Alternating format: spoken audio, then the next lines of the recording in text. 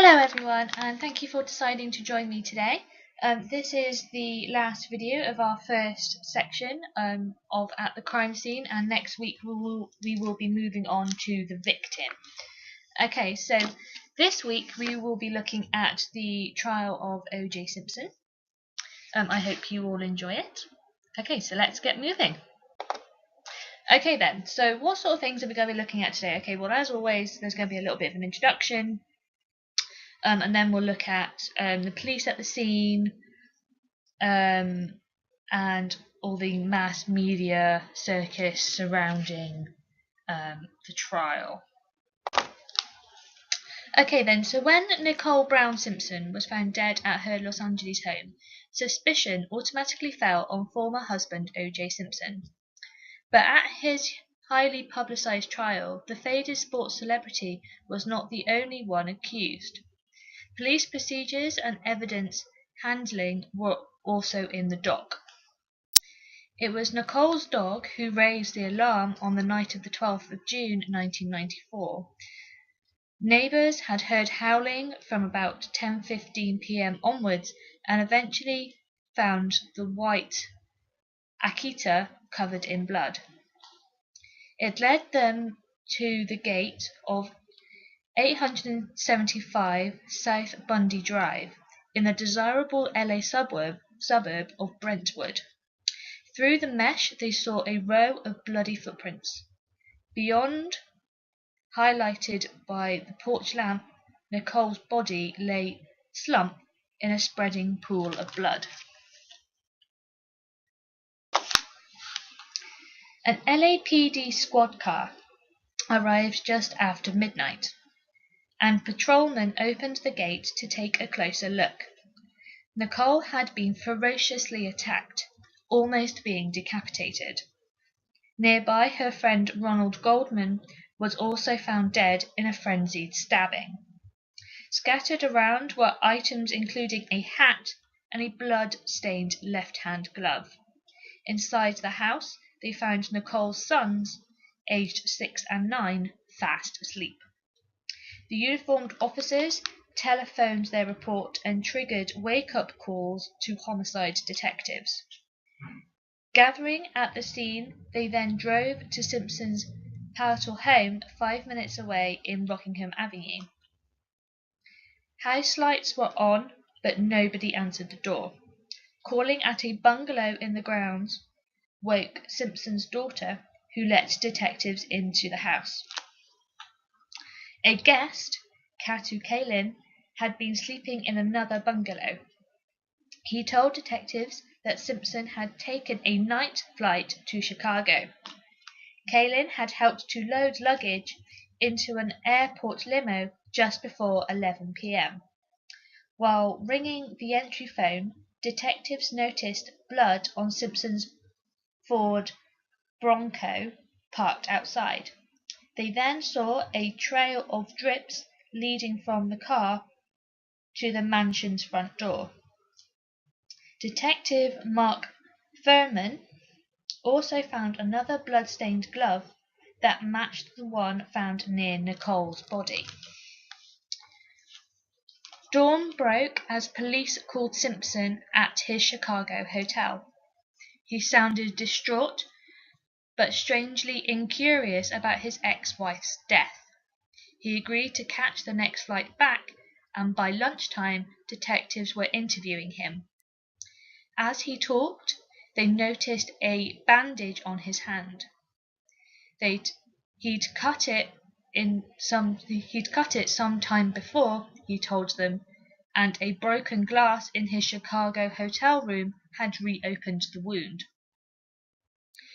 The detectives photographed his hands and fingerprinted him too.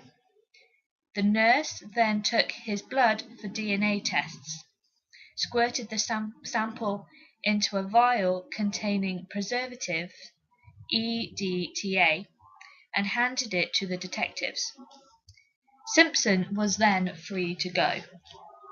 Meanwhile, the investigation had been continuing at 2 crime scenes. To try and preempt defense challenges, the search of Simpson's house was videotaped. By mid-afternoon, the detectives who had interviewed Simpson joined the rest of the investigating team at Rockingham Avenue.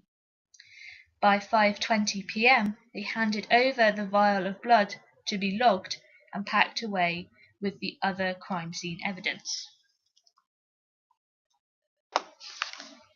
Certain police procedures undermined the prosecution case.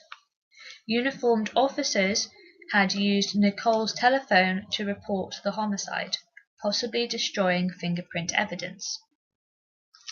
When detectives arrived, one covered Nicole's corpse with a blanket to hide it from the news cameras, thus potentially compromising any fiber evidence.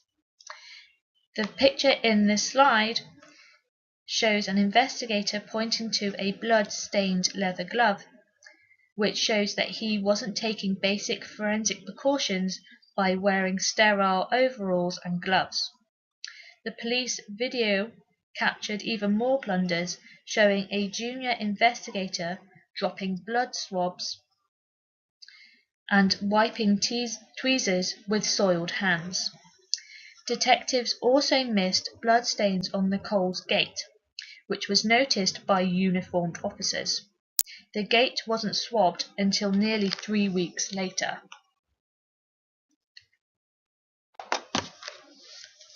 In the 4 days that followed, the case became a media circus. Simpson's arrest was famously preceded by a slow-motion police car chase around the LA freeway system.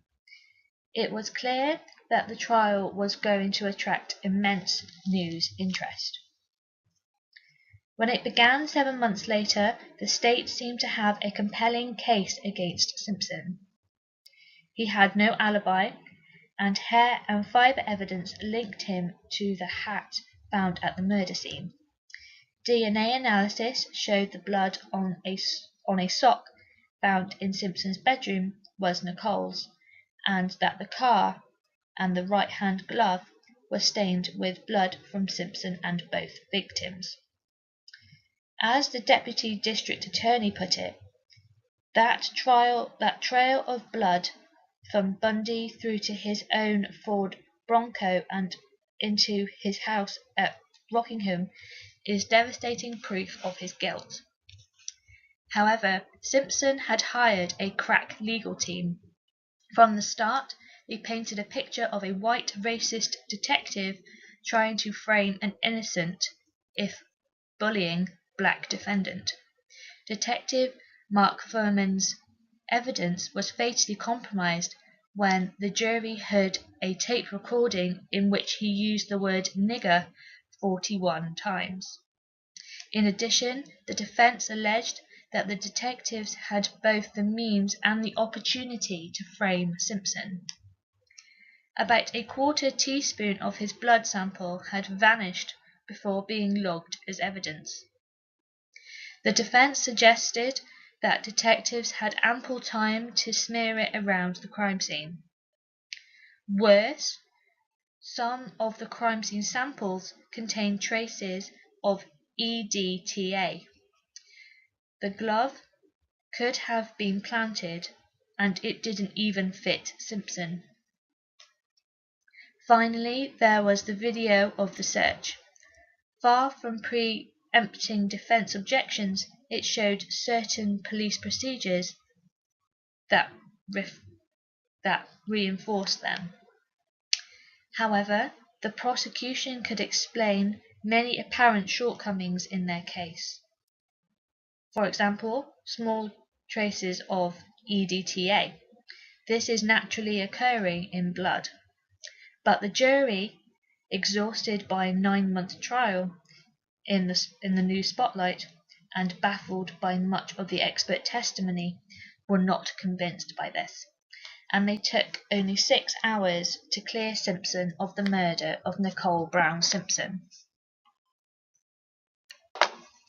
Okay, and that concludes the end of this video. Be sure to check me next week, where we will be starting to look at a different topic altogether. We will be starting to look at the victim, And my first video of this particular part of the series will be on the investigators of death.